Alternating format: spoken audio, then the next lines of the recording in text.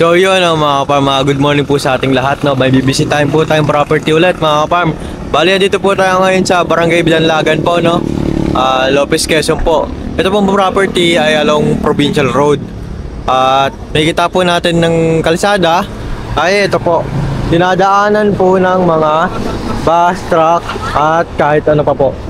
Yan mga kaparm. Ito pong way na to ay papunta po sa town proper mga kaparm, yung way na yan. At ito pong way po nasa kabila.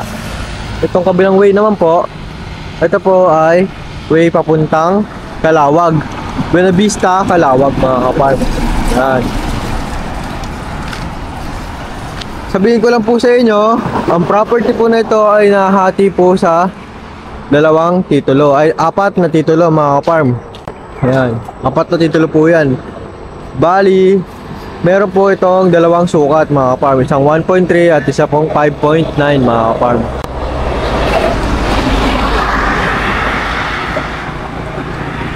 Bali ito po, kung makikita nyo sa bungad ko ng property, ay ito po ang 1.3 has. At sa bandang likod naman po, ayun po yung 5.9 na mga kaparm. Ayan. Sa unang lote po mga kaparm na 1.3 has, kung makikita nyo po, ayan po yung may tatlong titulo mga kaparm. Ayan po mga kaparm, nahati po yun sa tatlong titulo mga kaparm, ano?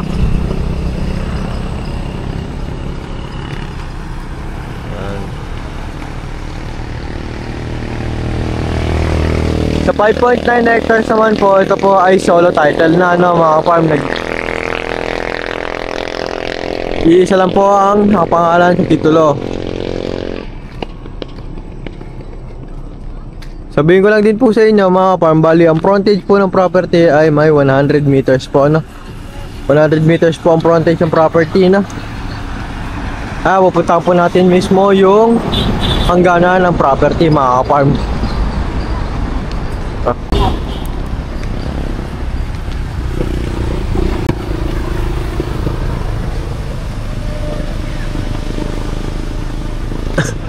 Mabali mga farm, sasabihin ko lang din po sa inyo, kung manggagaling po kayo sa town proper ng Lopez, Quezon po, ay meron po itong 3 to 5 minutes po ang travel time.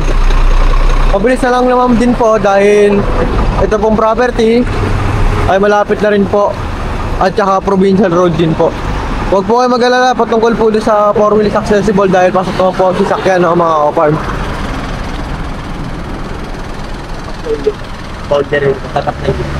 Bale ito, may kita nyo po mga farm, yan. Bibidyo ko po, isi-zoom ko po sa inyo. Ito po may kita ng niyog po dito, yan. Yan. Yung nakatumbok po na yan, ay ito po ang boundary, no? Yan. Boundary po yan ng property, no? At ituturo ko rin po yung kabilang boundary ng property. Papunta po yan doon, no?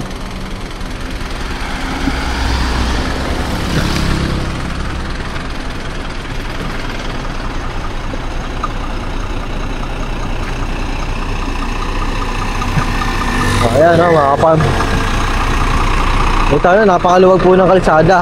Kaya kung kayo po ang makakabili na itong property, ay pagagawa nyo na lang po ng tambak para mapasok po ang property. Dahil meron po itong drainage na maliit, kumbaga lalagay nyo na lang po ng semento para matakpan po. Hindi naman po totally tatakpan ng pinakabutas na mga kaparm. Lalagay nyo lang po ng mismong daanan. Yan, lagay nyo lang po ng daanan dahil meron po itong drainage, na. Kayo na pong bahala kung saan nyo pong mabibili nito. Kayo na pong bahala magpaayos ng mabibiging daanan nyo po, ano.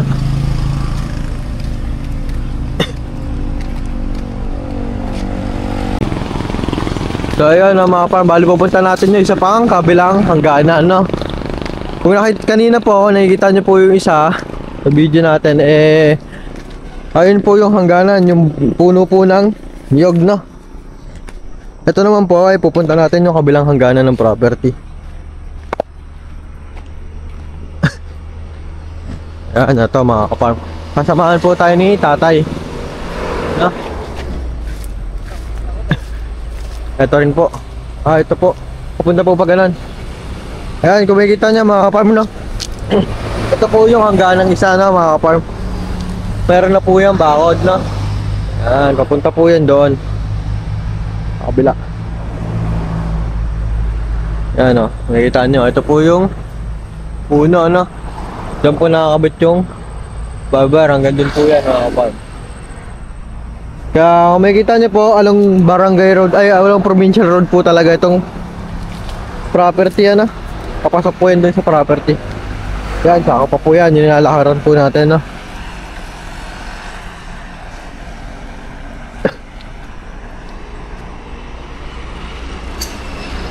Kung makikita nyo, meron pa po silang tambahin din, no? Ayan, no?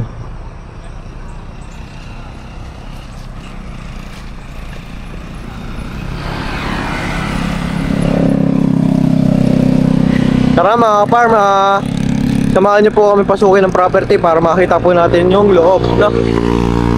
Ng property mismo. So yun na mga ka-farm, bali dun tayo galing, napapasinta tayo dito sa loob ng property. May kita nyo po, napakaraming puno ng saging na. Siksik po yan mga ka-farm. Yan. Meron din puno ng niyog mga ka-farm. May kita nyo, ganyan ho yung property. Medyo pababa lang na po ng konti, pero meron naman po itong flatland na.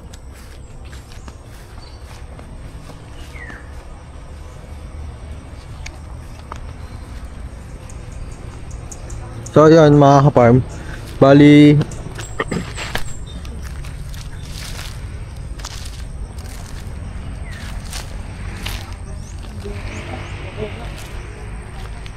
ito mga ka-farm, itong property mga ka-farm ay may 300 ka puno po ng niyog na, more or less po yan mga ka-farm. Yan, makikita nyo mga ka-farm. Meron din po itong mga mangga, saging, puno ng niyog mga ka-farm. Yan, makikita nyo. Yan, napunta po yan doon. Sa saging naman po ay meron po itong 100 to 200 pieces po ang puno, no? Ang saging mga ka-farm. Puro nyugan. Ganda talaga ito. Puro nyugan ito. Pang big time to, sir. Pang kampal ito. Madali naman yan pag ano niya. Wash out pati ito lahat. Gandaan ito. Yung makasamba ko nito. Ganda tayo na.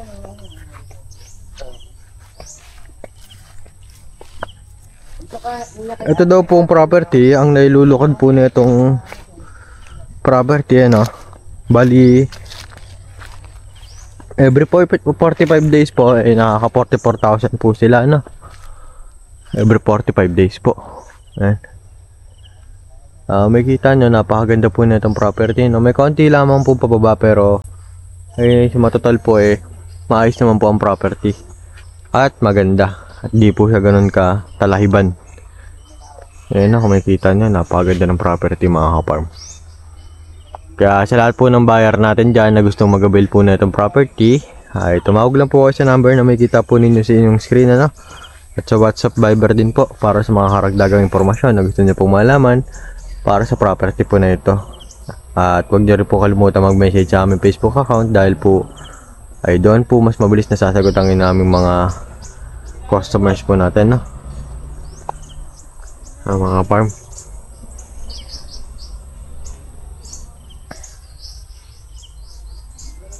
Ito pong property ay mabilis pong mabebenta dahil po ito ay long provincial road. Kaya sa mga buyer po natin dyan ay huwag na po kayong mag-isip-isip mga ka-farm dahil ito pong property ay napakaganda mga ka-farm. Bukod po sa along provincial road ay hindi po ganun kasukalan at wala po kayong magiging problema sa titulo. Ano? Yan o mga ka-farm, bali kung makikita nyo po itong muhon na to.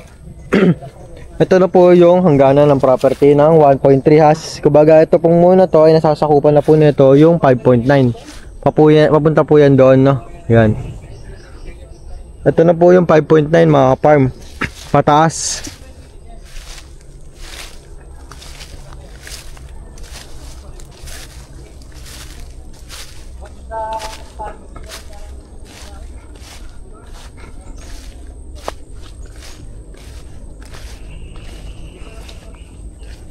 Nakikita nyo mga ka-farm, no? So unang property pa lamang po ay marami na pong nakatanim na niyog. Ay dito pa po kaya sa 5 hektarya na mga alis kulang-kulang 6 na hektarya po ito.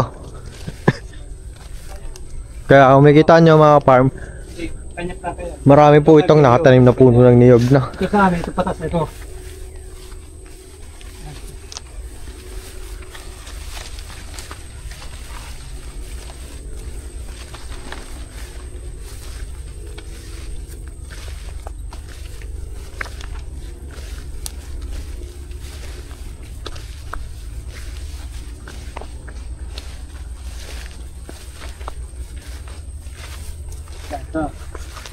Ito, dito na sa 5.9 ang lugar na to.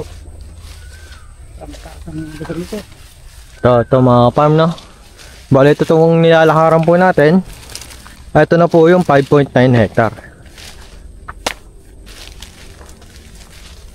Yan.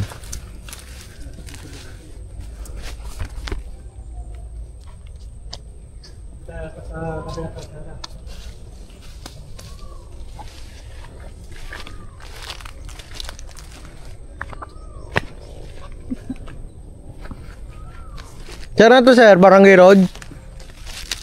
O binutas lang po? Wait lang ito sa kanila. Sa kanila lang? Kanang napokor. May kwenta, doon na nata sa may kasada. Mga pa, makikita nyo may mga kawayan po ulit dito sa 5.9 hectare.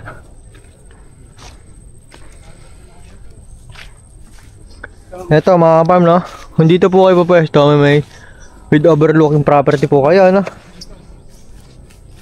Ayan, makikita nyo oh. Medyo flatland po dito sa pinakataas.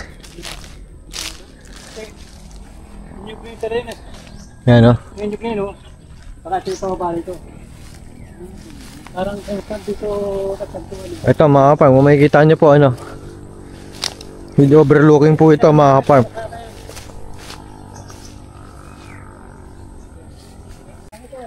So yun mga farm, bali kung makikita nyo ito, itong malapad na daanan na to. Yan, ito po yung dinadaanan ng Napocor pag nakaakyat po ano. Ibig sabihin po, meron po tayong daanan papunta po dito sa 5.9 hectare no. At meron din po tayong pwedeng gawing daanan papunta sa 1.3 hectare. Kaya sa matotal po, may meron tayong dalawang daanan no. May option po tayo. Ito pong property na to ay 4 wheels accessible nga po gaya ng sinabi ko sa inyo. Kaya wala kayong magiging problema pagdating sa daanan mga farm. Dahil ito pong property ay dinadaanan daw po ito ng Napocor no. Nakita yung linya ng poste, ang laki.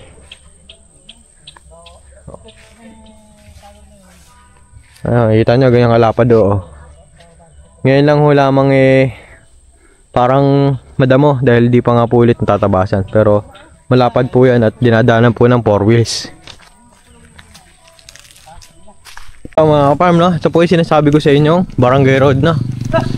Ayan. Meron po itong Barangay Road mga farm no. Po yung mismong Barangay Road ng property. Dito po nadaan yung Napocor no. Yan. Pinagandahan lang po nito ay cemented road na po ito. Yan no. Ayan, malapad po yan mga farm no. Oh, kabilaan po yan mga farm. Diyan po yung property papunta po doon. Kaya po sa lahat ng buyer po natin dyan, ay tawag na po kasi number na makikita po ninyo sa screen no. At sa WhatsApp and Viber po no, para sa mga karagdagang impormasyon na gusto nyo pong malaman patungkol sa property. Huwag nyo rin po kalimutan mag-message sa aming Facebook account. Dahil po doon mas mabilis po naming masasagot ang mga katanungan po patungkol po dito sa property. Kaya sa lahat po ng company, sa lahat po ng mga gustong mag-invest ng property o magtayo ng gustong ilagay po dito na pang commercial,